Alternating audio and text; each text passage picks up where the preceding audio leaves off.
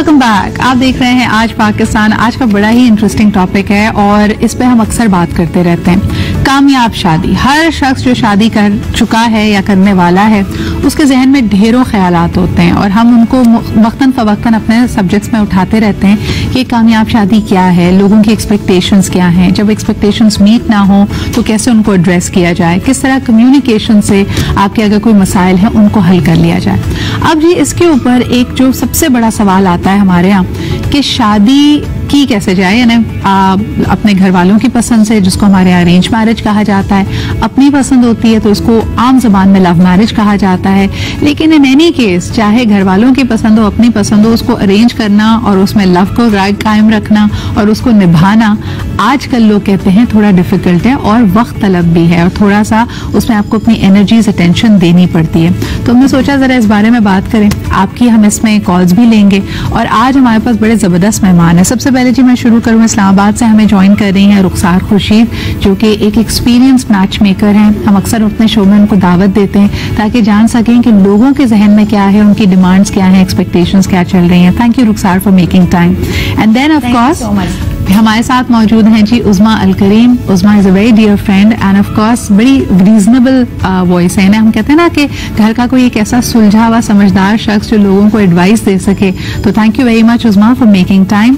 Karachi studio में मुझे join कर रही हैं वर्दा शोएब। जानते हैं आप इनको एज अ सेलिब्रिटी शेफ और घरदारी और उमूर खानादारी में माहिर भी हैं। और जरा इनसे जानेंगे कि जो हमारे यहाँ अक्सर कहते रहता है ना खाने पीने सास बहू की लड़ाइयाँ किचन के ऊपर होती हैं, तो लेट्स फाइंड आउट कि इनके लिए कामयाबी क्या है। And last but definitely not the least, मैं पर्सनली बहुत खुश थी और हमने जब टीम ने इनका नाम सजेस्ट किया, हम काफी अरसे से इनको बुलाने की बात कर रहे थे।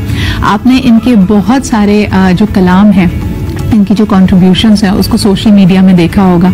वैसे तो इनको देखते ही आजकल लोग कहते हैं कंफर्म जन्नती हैं, बिकॉज ये इनका बड़ा मशहूर कलाम हुआ था और हाल ही में he is come up with मैं भी शादी करूंगा, अल्लाह तौफीक दे। और यू नो इट्स ये भी एक तरह से कह सकते हैं कि दुआया कलमात ही हैं कि इंसान अपने लिए रिस्क की दुआ करता है, औलाद की दुआ करता है, तो व्हाई नॉट शादी जो कि सुन्नत नबी है। तो उनसे जानेंगे कि ये एज अ यंग पर्सन जो कि सना ख्वानी के लिए मशहूर थे, 6 साल की उम्र से नाते और दुआया कलाम पढ़ रहे थे, ये जो कंटेम्प्रेरी थॉट है ये इनकी अपनी है या इनके साथ एक टीम मौजूद है। हमारे साथ हैं ji Yasir Suhrawardy. Let's welcome him to the show. अस्सलाम वालेकुम यासिर। वालेकुम अस्सलाम। क्या हाल चाल है आपके? अल्हम्दुलिल्लाह। अच्छा यासिर, एक बड़ा यूनिक मेरे ख्याल में हाल ही में अगर हम सोशल मीडिया में देखते हैं तो मैं बहुत मकबूलियत भी हासिल है, बड़े यूनिक कॉन्सेप्ट्स एंड आइडियाज लेके आते हो। मैं भी शादी करूंगा, इस वक्त जो नंबर्स हैं माइंड बॉगलिंग जी। 1 मिलियन व्यूज हो चुके हैं फेसबुक पे, इनके ऑफिशियल टिकटॉक पे 6 मिलियन क्रॉस हो चुका है और यूट्यूब पे तो इस वक्त कोई तादाद ही नहीं है ना जिन्होंने शेयर बेयर भी किया हुआ है। तो कैसे आया था ये आइडिया यासिर? मेरे पास इसकी पोइट्री आई थी सबसे पहले तो, और आइडियाज़ मेरे जहन में आते रहते हैं। सबसे पहले मेरे जहन में ये था कि जैसे आजकल के नौजवान लड़के लड़कियों की शादियां देर से हो रही हैं या हो ही नहीं पाती, एक्सपेंसिव कहूँगा, खर्चा ज़्यादा आने लगा है।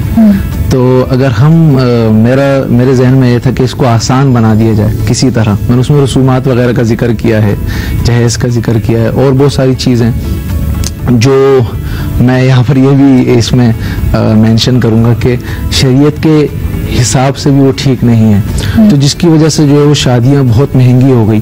अब किसी के पास अगर मिसाल के तौर पर 5 लाख रुपए नहीं है, कम से कम भी, तो शादी नहीं होगी उसकी। तो मैंने सोचा ऐसा कोई मैटर, ऐसा कोई कलाम हो जिसके जरिए से तरगीब दी जाए ताकि लोग ये सुनकर इस तरफ माइल हों। क्योंकि नातख़्वां तो मैं बेसिकली हूँ ही, इसको नज़्म कहेंगे हम, बहुत सारे लोग इसको गाने से भी कंपेयर कर रहे हैं या फिर इसको नगमा कह रहे हैं, तो ऐसी कोई चीज़ नहीं है, इसको हम नज़्म कह सकते हैं। तो मेरे जहन में यही था कि ऐसा कोई कलाम जिसके जरिए से तरगीब दी जाए और निकाह का जिक्र करके इसको फरोग दिया जाए। अच्छा, नज़्म की जहाँ आपने बात की, ब्यूटीफुल थॉट। और आमतौर पे हम वर्दा देखते हैं बहुत सारे गाने नगमे लड़कियों के बने हुए हैं जिसमें वो बताती हैं कि जी उनकी ख्वाहिशात क्या हैं, किस तरह का लाइफ पार्टनर चाहती हैं। लेकिन मुझे बड़ा यूनिक लगा यासर कि लड़कों के लिए ऐसा गाना नहीं, बल्कि लड़के बड़ा मायूब समझा जाता है हमारे माशरे में कि अगर खुद मुंह से कहे कि जी मेरी शादी करा दें। तो अच्छा। इसको कैसे देखते हो तुम?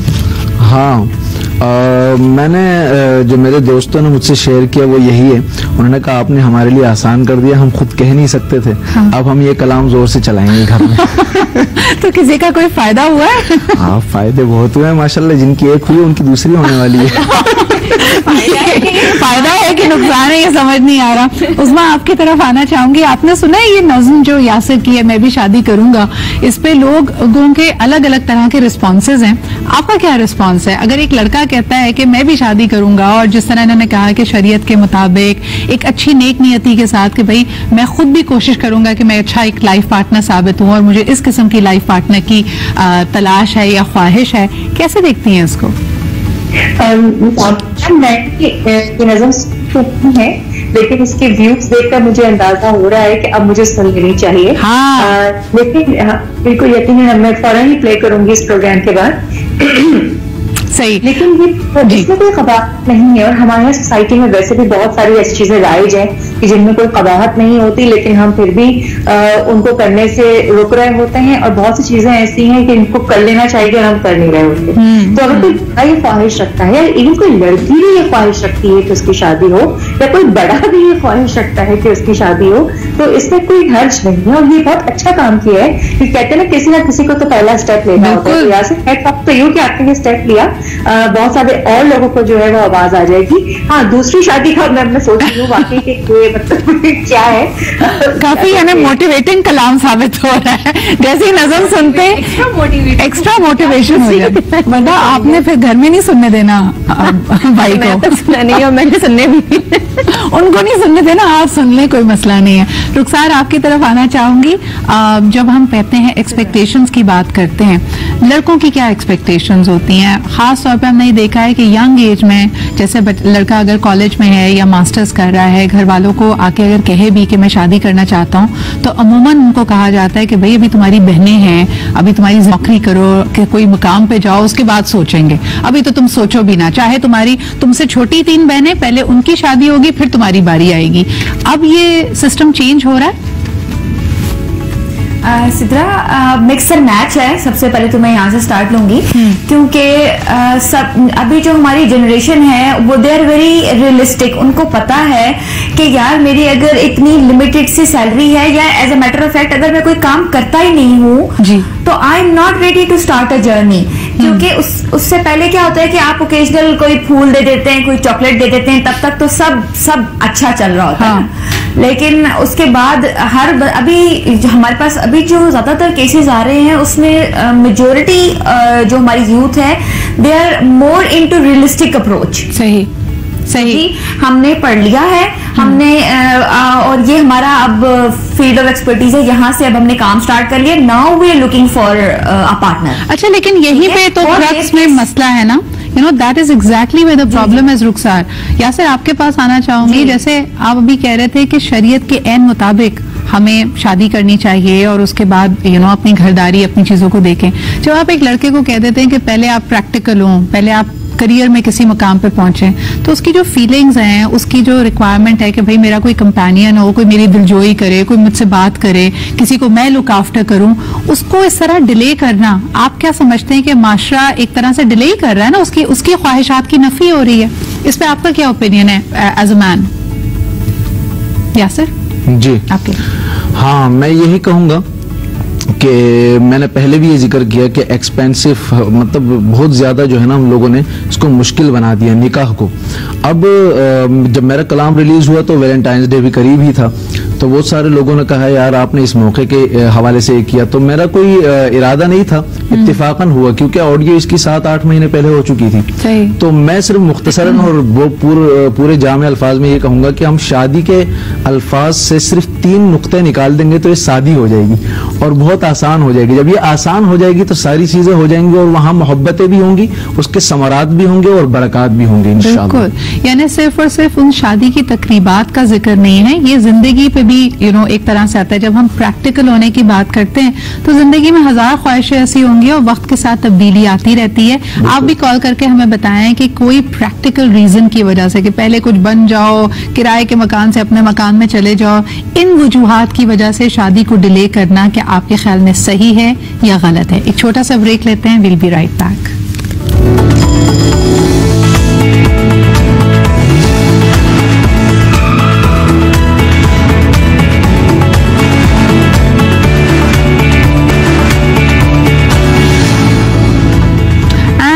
Welcome back. आप देख रहे हैं आज पाकिस्तान। बात जरा करते हैं जी कामयाब शादी की तरफ।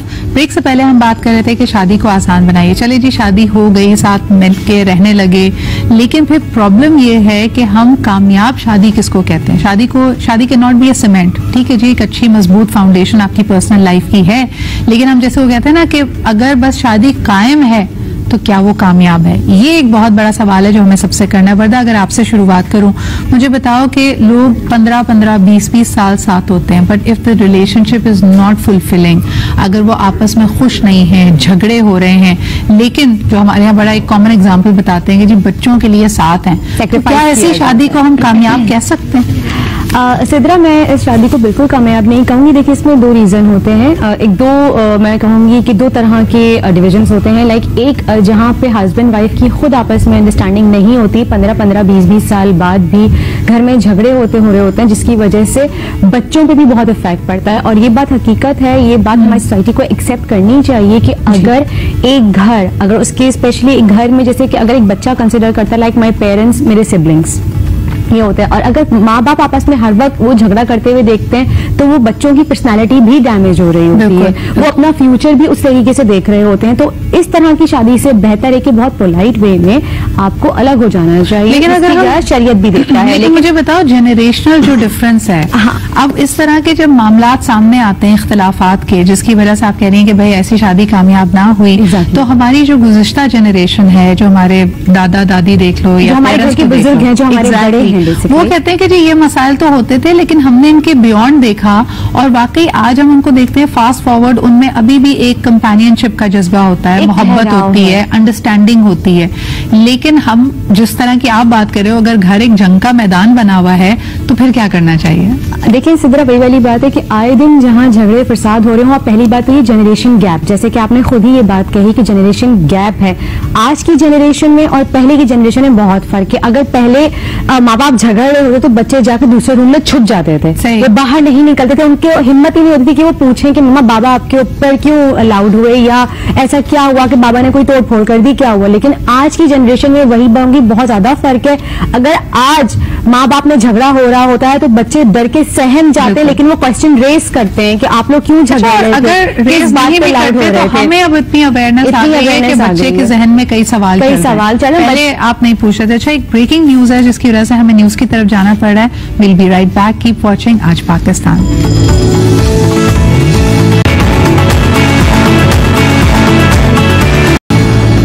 जी जनाब, वेलकम बैक। तो कामयाब शादी क्या होती है? कि देरपा शादी, क्या आपने 10वीं, 20वीं, 50वीं एनिवर्सरी साथ मनाई है, या वाकई एक दूसरे के साथ खुश होना, एक दूसरे को सपोर्ट करना, और उसके लिए बेहतरीन रूट क्या है? अरेंज मैरिज या फिर लव मैरिज?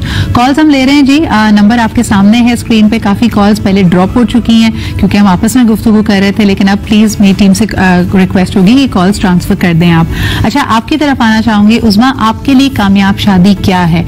लोग कहते हैं ना कि शादी का जो पहले का हिस्सा होता है, मुझे लगता है कि एक तरह से आप प्रेप कर रहे होते हैं लोगों को कि शादी बड़ी मंडेन है, बड़ी बोरिंग है, इसमें कॉम्प्रोमाइजेज हैं। क्योंकि लोग अगर कहें, आपको कोई बताए कि हम बड़े खुश हैं, तो आगे से जवाब मिलता है भी तो नई शादी है ना बच्चों, आगे देखो क्या होगा। तो आगे क्या है? बहू है? What really happens? उस्मा, क्या कहेंगी?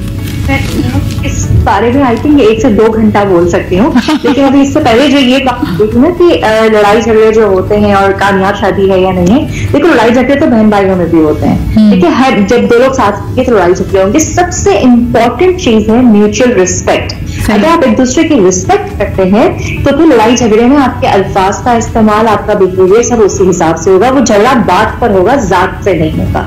तो ये बहुत जरूरी है। मुझे आपके दफा मैं और मेरे हस्बैंड अलकेरी, हम दोनों का ठीक ठाक आर्ग्यूमेंट हो रहा था, वो मियाँ बीवी वाली टिपिकल लड़ाई हो रही थी। तो मेरे बेटे ने आके बोला कि बाबा मम्मा आप जरा आर्ग्यू करना बंद कर दें। मैंने कहा ठीक है हम बंद कर दें। कि छोटी बेटी चेयर में थी, उसका नाम इलिया है, तो मैंने कहा आप और इलिया भी लड़ना बंद कर दें। तो उसने 2 सेकंड के लिए पूछ लिया और उसने बोला अच्छा ओके कंटिन्यू। फिर उसको फौरन से ये बात रियलाइज कि वही लड़ाई है जो कि आप दोनों की होती है, हर एक की होती है। म्यूचुअल रिस्पेक्ट बहुत जरूरी है। कामयाबी देखो जहां तक ये है कि अगर आप, कामयाबी के मायने हर एक के लिए अलग अलग होते हैं, इसमें कामयाब शादी के मायने भी हर एक के लिए अलग होते हैं। अगर 2 लोग खुश हैं आपस में और वो लड़ झगड़ के भी खुश है तो ठीक है, और अगर वो नहीं खुश है तो उनको अलग हो जाना चाहिए। लेकिन खुशी बेसिक बनती है। उस्मा, ये बात मैं वापस आपकी तरफ आऊंगी। एक कॉलर वेट कर रहे हैं, उनको भी इंक्लूड कर लेते हैं कॉन्वर्जेशन में। हेलो, अस्सलाम वालेकुम। वालेकुम सलाम मैम। इम्तियाज को इंक्लूड करने का कन्वर्सेशन में बात दरअसल ये मैम, आप इतने अच्छे टॉपिक लेके आती हैं, आपको तो ऑस्कर अवार्ड मिलना चाहिए, नो डाउट। और रह गई बात अरेंज और लव मैरिज की, तो अरेंज मैरिज में एक फायदा तो बहुत है कि सारी जिम्मेदारी सारी फटीक पे अरेंज करने वालों की हो जाती है, और लव मैरिज में लड़का और लड़की यही जिम्मेदार होते हैं अच्छे और बुरे की। और रह गई बात दायमी मोहब्बत वाली जो अज़वाजी जिंदगी है सर मैडम, वो उसी वक्त पता चलता है जब जिंदगी में नशे व फराज आते हैं, जब वाइफ आपकी या आपका पार्टनर आपको बुरे वक्त में भी लब्बैक कहता है उसी तरह से जैसे खुशहाली में करता है। बहुत शुक्रिया इम्तियाज, ये बड़ी अहम बात थी। और एक सेइंग भी मुझे याद आ रही है कि अगर आपने एक मर्द की वफादारी और उसकी मोहब्बत को देखना हो तो तब देखें जब एक बीवी किसी भी सेहत के मामले से गुजर रही है, यानी अगर वो बीमारी में मुब्तला हो जाती है। ऑन दी अदर हैंड अगर एक खातून की वफादारी देखनी है तो आम तासुर ये है कि उस वक्त देखें जब आप किसी फाइनेंशियल डिफिकल्टी से, किसी माली मुश्किल से गुजर रहे हैं। लेकिन कामयाबी हो, मेरे ख्याल में कामयाबी की एक दलील बड़ी अच्छी है कि आपका मुश्किल वक्त में जो साथ दे, जो आपको हमेशा मोहब्बत और इज्जत दे। और अगर मोहब्बत में कमी आ भी जाती है तो इज्जत में, रिस्पेक्ट में कमी ना आए। रुखसार, आपकी तरफ आना चाहूंगी। आजकल लोगों के लिए कामयाब शादी क्या है? और मेरे ख्याल में एक बहुत बड़ा खौफ लोगों को यही होता है कि जी शादी होगी, कल कोई प्रॉब्लम ना हो जाए और शादी खत्म ना हो जाए। इस खौफ से कौन निकाल सकता है लोगों को? देखिए सिद्रा, लव मैरिज और अरेंज मैरिज के कॉन्टेक्स्ट में इसका जवाब दूंगी कि वो जो अभी कॉलर ने भी जो बात की उसी को इंडोर्स करूंगी कि प्रेशर जरूर होता है। अगर फैमिली की तरफ से अरेंज की गई होती है तो लड़का इज लाइक कि जी ठीक है, चल गई, ना चली तो आप लोग लेकर आए थे, आप लोग संभालेंगे। सही। और ऑन द अदर हैंड अगर दोनों की अंडरस्टैंडिंग से ये चीज होती है तो दोनों के ऊपर प्रेशर इक्वल होते हैं कि यार we have to make it work. सही। तो और उसके साथ ये है कि ये चीजें जो है ना अपब्रिंगिंग में आती हैं कि आपकी क्या चीज आपके लिए इम्पोर्टेंट है जिंदगी में, आपकी वैल्यूज क्या हैं। क्योंकि अगर आपने अरेंज की है या लव की है, अगर आपकी वैल्यूज नहीं है, आपकी पर्सनल लाइफ में आपके कुछ स्टैंडर्ड्स नहीं है, कुछ मॉरल वो चीज नहीं है, तो इससे बिल्कुल फर्क नहीं पड़ता कि आपने जो है ना शादी पसंद की है या अरेंज की है। It will go down the drain अगर आपके कुछ सर्टेन सेट ऑफ रूल्स नहीं। अच्छा, आपकी अपनी पर्सनालिटी पे भी तो डिपेंड करता है ना कि आपकी पर्सनालिटी में कितना इससे काम है, कितना ठहराव है, अगर आपकी प्रॉब्लम सॉल्विंग कैसी है। इस बात से फर्क नहीं पड़ेगा कि अम्मी की पसंद से शादी की या अपनी पसंद से की। अगर आपकी पर्सनालिटी में ही ठहराव नहीं है और आप एक लाओबाली इंसान है, आपको गुस्सा आ जाता है, या एक खातून जैसा भी कहा जा रहा था कि जात पे हमले शुरू हो जाते हैं रादर देन कि वो बात का आर्ग्यूमेंट रहे। तो देखिए सिद्रा, गुस्सा आना तो इज अ नेचुरल थिंग ना। ऐसा तो कोई बशर बंदा है ही नहीं इस दुनिया में जो ये कहे कि जो मुझे गुस्सा नहीं आता। ठीक है, उसका एलिमेंट जरूर होता है, लेकिन बात होती है कि आपकी पर्सनालिटी में कमिटमेंट कितनी है। बिल्कुल। अच्छा, एक छोटे से आई थिंक कॉलर हमारे साथ हैं, कॉलर से बात करते हैं, फिर हमें ब्रेक पे भी जाना है। हेलो, अस्सलाम वालेकुम। वालेकुम सलाम। कैसी हैं आप? मैं बिल्कुल ठीक ठाक, आप कैसी हैं? अल्हम्दुलिल्लाह। सुधा, आपका टॉपिक देख के मुझे साथ कई बच्चों के ऊपर बेचारों की तरफ भी आता है कि वो बेचारे शर्मा में बोल भी नहीं पाते अपने पेरेंट्स के साथ।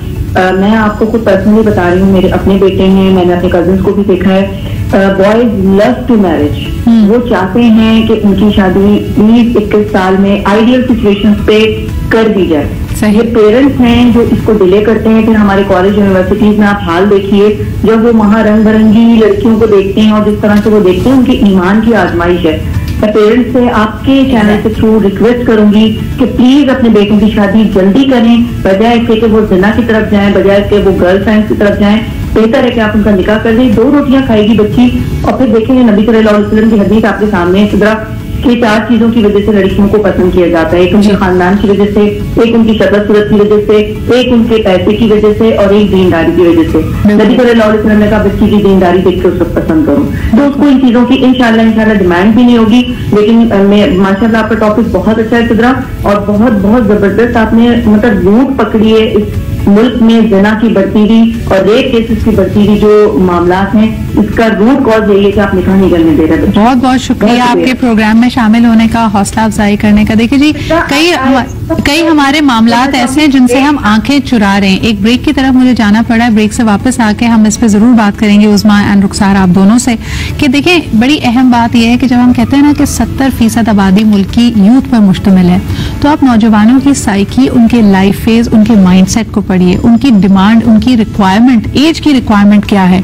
और जब तक हम डिनाइल में रहेंगे, जब तक हम इन फरसुदा ख्यालों में रहेंगे कि नहीं जी आदमी की शादी तो 28 साल की उम्र के बाद होती है, 30 साल की उम्र की बात होती है, तो आप एक बड़ी नेचुरल, आप लड़की पे तो कहते हैं कि जी वो 21-22 साल की अगर हो गई और उससे अगर 25 साल के बियॉन्ड तो जी एक्सपायरी डेट हो गई है और अब पता नहीं उसको खुदा ना खासा फैमिली अपब्रिंग करने में मुश्किल ना आए, बाकी और मसाइल ना हो, या लड़की मोल्ड ना हो जाए, उसका अपना जहन बड़ा पक्का हो गया है, ये तमाम चीजें आप लड़कियों से अटैच कर देते हैं। लेकिन कभी आपने सोचा है कि अगर एक शख्स जिसकी शादी करने की उम्र है, अगर वो 30, 35, 40 साल का हो रहा है और उसकी शादी नहीं हुई है, तो उसकी पर्सनैलिटी में और उसके माइंडसेट में कितना चेंज आ रहा है। ये भी बड़े अहम मौज़ूआत हैं, इन पे बात करनी जरूरी है। एक ब्रेक लेते हैं and we'll be right back.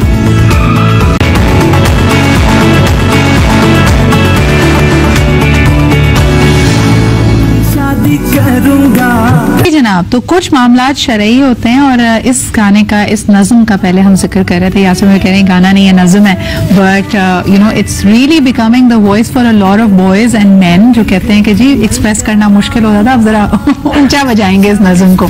तो मुझे ये बताएं Yasir, I want to go back जो आपने पहले बात की थी कि भाई इंसान को कंपेनियन की ज़रूरत होती है, कुछ मामलात हमारे यहाँ शरई हैं, यकीनन निकाह को फ़रोग़ देना चाहिए, लेकिन जो कल्चरली हमारे यहाँ रेजिस्टेंस है, हमारे यहाँ लोग कहते हैं शादी एक, इश्क एक, मोहब्बत एक, बार बार नहीं हो सकती। आपने कहा सच्चा इश्क निभाऊंगा, बहुत सारे आदमियों को कई दफा इश्क हो जाता है और मल्टीपल शादियां हो जाती हैं, तो मुश्किल ये क्या है ये मामला, इस पे you know I want to know the males perspective on it. हाँ, लव मैरिज कर सकते हैं, मैं जहाँ तक सवाल समझाऊं, कोई जो है ना उसकी ममानियत नहीं है, लेकिन उसको निकाह में बदल देना नहीं। लेकिन एक ही लव मैरिज होगी, एक अरेंज करें, एक लव करें, या एक आदमी को कई दफा लव हो सकता है और हर लव पे ऑफ कोर्स वो लव मैरिज कर सकता है। तो यही लव बार बार हो जाता है लेकिन अगर आप 4 शादियां करते तो इसका मकसद ये नहीं है कि आपको एक से लव है और 3 से नहीं है। हुजूर सल्लल्लाहु अलैहि वसल्लम खुद फरमाते हैं कि मेरी महबूबा आयशा है। किसी ने फरमाया, अर्ज किया कि या रसूलल्लाह आपका महबूब कौन है, तो फरमाया सिद्दीक़ा। तो इसी तरह जब हजरत खदीजतुल कुबरा रज़ियल्लाहु ताला से आपने शादी की थी तो आपकी उनसे इतनी मोहब्बत थी कि उनके विसाल तक आपने शादी नहीं की। सही। उनके दुनिया से पर्दा फरमाने के बाद ही आपने बाकी शादियां की हैं। तो मोहब्बत तो होती है, लेकिन जाहिर है अगर हम दूसरी शादी करते हैं, तीसरी करते हैं, चौथी करते हैं, तो उसका मतलब ये नहीं है कि हम गलती कहाँ करते हैं, मोहब्बतें नफरत में क्यों बदल जाती हैं। स्टार्ट गलत होता है। मैं एक निकाह में शरीक था, 10 लाख हक मेहर था, आप करोड़ रुपए दें, 1 करोड़ रुपए मेहर दें, कोई मुमानियत नहीं है। लेकिन हुजूर सल्लल्लाहु अलैहि वसल्लम ने फरमाया कि बरकत वाला निकाह वो है जिसमें कम से कम मेहर हो। अच्छा, लेकिन एक इंटरजेक्ट तुम्हारी कतई कलामी हो रही है, मुझे ये बताओ कि अगर गोइंग बैक टू मल्टीपल शादियां या 2 शादियां, खवातीन खुद कहती हैं कि जी बीवी मैं रहूंगी, उनको पता भी होता है कि हस्बैंड का बाहर अफेयर चल रहा है, वो दूसरे निकाह को रेजिस्ट करती हैं, यानी अपनी पोजीशन को बरकरार रखने के लिए उन्होंने कहा आप उनसे मिलें जुलें, डेट करना है व्हाटएवर, लेकिन शादी नहीं करेंगे। ये बड़ा आम हो गया हमारे माशरे में कि शोहर जहन्नुम में जाए और आप उसको दुनिया में जो है ना आप उसको खुद कह रही हैं कि जाएं अफेयर, मतलब वैसी गुनाह तो है ना। अफेयर नहीं कह रही है ना, एक्सेप्ट कर लेती है अफेयर को, दूसरी शादी को एक्सेप्ट नहीं करती। मतलब देखें, दूसरी शादी करेगा तो उसको सवाब मिलेगा, निकाह सवाब है ना, निकाह सुन्नत है, सुन्नत पर हर सुन्नत पर सवाब है। और अगर वो उसको अफेयर की इजाजत देती है तो शरीयत में मुआनियत है, ज़ाहिर हुदूद है, अल्लाह की हुदूद की खिलाफ वर्जी नहीं होनी चाहिए। बीवी ये कैसे बर्दाश्त कर लेगी कि मतलब वो अफेयर कर ले लेकिन शादी नहीं करे, चलो कह भी नहीं, लेकिन ये हो रहा है ना माशरे में। मैं उस्मा बल्कि बता आपकी तरफ लाना चाहूंगी, हम देखें ना आज के माशरे में रहते हैं तो हमें इस हकीकत को तस्लीम करना चाहिए कि बहुत सारे मर्दों का आउटसाइड द मैरिज या तो इमोशनल या कोई ना कोई रिश्ता है, उस पर आंख बंद कर लेती है, उसको किसी ना किसी तरह दिल को दिलासा दे देती है, लेकिन शादी हो तो या फिर इग्नोरेंस कर देती है। अगर में भी आ जाए, जैसे हस्बैंड अक्सर जैसे किसी कुछ आपका कामयाब शादी के लिए उसको इग्नोर कर कामयाब देती है। शादी के लिए कि चलें ठीक है, थोड़ा सा गुस्सा किया, रेजिस्ट किया, फिर ओके फाइन इग्नोर कर दिया। लेकिन अगर वो निकाह में हो जाए तो शायद वो चीज एक्सेप्टेबल भी नहीं हो पाती। फिर कहती है नहीं वो झगड़े, हाँ, फिर ये मेरे ख्याल से एक आजकल की सोसाइटी में हम लोगों ने इस चीज को एक वो बना लिया, एक आप कह सकते हैं एक टैबू है, फ्रेम सेट हो गया है, एक टैबू हो गया है कि बस शादी मैं ही करूंगी तो मैं रहूंगी या वो रहेगी।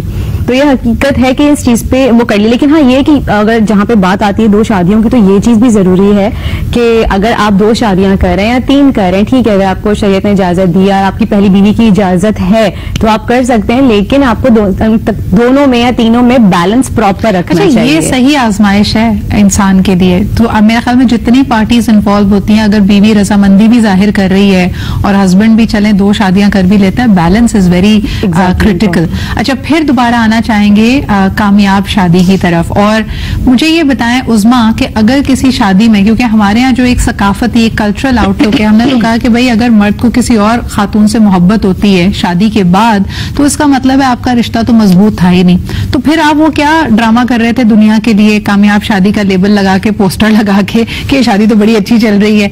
लोगों ने कहा कोई तीसरा आता नहीं है, स्पेस होती है तो तीसरे की जगह बनती है और मर्द या खातून को दोनों में से किसी को भी एक इंटरेस्ट कहीं और डेवलप होता है। कैसे देखती हैं इस मामले को उस्मा? बहुत छोटी 4 बातें कहूंगी। जी। सबसे पहली जो इससे प्रीवियस कॉल आई थी, मैं कैटेगोरिकली उसको डोमिनेट करना चाहती हूँ कि मैं कहा था कि जी रेप बेस्ड भी होते हैं, तो I am sorry, rape is a mindset, उसका इस बात का कोई ताल्लुक नहीं कि आपकी शादी जल्दी हो या ना हो। तो ये बात मुझे क्लियर करनी जरूरी है। दूसरी चीज ये कि मोहब्बत देखो एक से 2 दफा हो जाती है।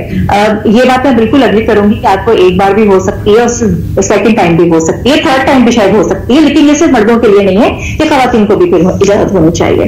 तीसरी चीज ये कि जहां लव मैरिज और अरेंज मैरिज की बात है, तो ये कोई क्राइटेरिया ही नहीं है कामयाब शादी का। जिस चीज की हम खिलाफ आवाज उठाते हैं वो सिर्फ इतना है कि किसी की के खिलाफ शादी नहीं होनी चाहिए। और जिस तरह से मतलब आपकी बाहरी रजामंदी से हो, चाहे वो अरेंज हो चाहे वो लव हो, और जिस तरह से हम मरने के डर से जिंदा रहना नहीं छोड़ते, बिल्कुल इसी तरह से हमें तलाक के डर से या अलग होने के डर से शादी को एंजॉय करना भी नहीं छोड़ना चाहिए। और शादी के जो एक लास्ट चीज और पूरे फिल करें, और एक लास्ट चीज और वो ये है कि आप अपनी खवातीन को भी एम्पावर करें फाइनेंशियली। तो फिर बहुत सारे जो इश्यूज हैं वो हमारे जो सोशल इश्यूज हैं। बहुत शुक्रिया उज़मा, हमारे पास वक्त बिल्कुल खत्म हो गया, लेकिन 2 छोटी सी बातें करना चाहूंगी। आपने बिल्कुल सही कहा कि डायरेक्टली रेप का या सेक्सुअल हरासमेंट का माशरे में बढ़ जाने का कोई ताल्लुक नहीं है जल्दी शादी से, लेकिन we can not ignore that there is a lot of frustration जो यूथ में मौजूद है, और उसकी कहीं ना कहीं बहुत फारफेच्ड ही सही, लेकिन ये वजह भी बनती है कि things are difficult for them. अब आपकी जो दूसरी बातें हैं वो भी बड़ी अहम है, वक्त हमारे पास कम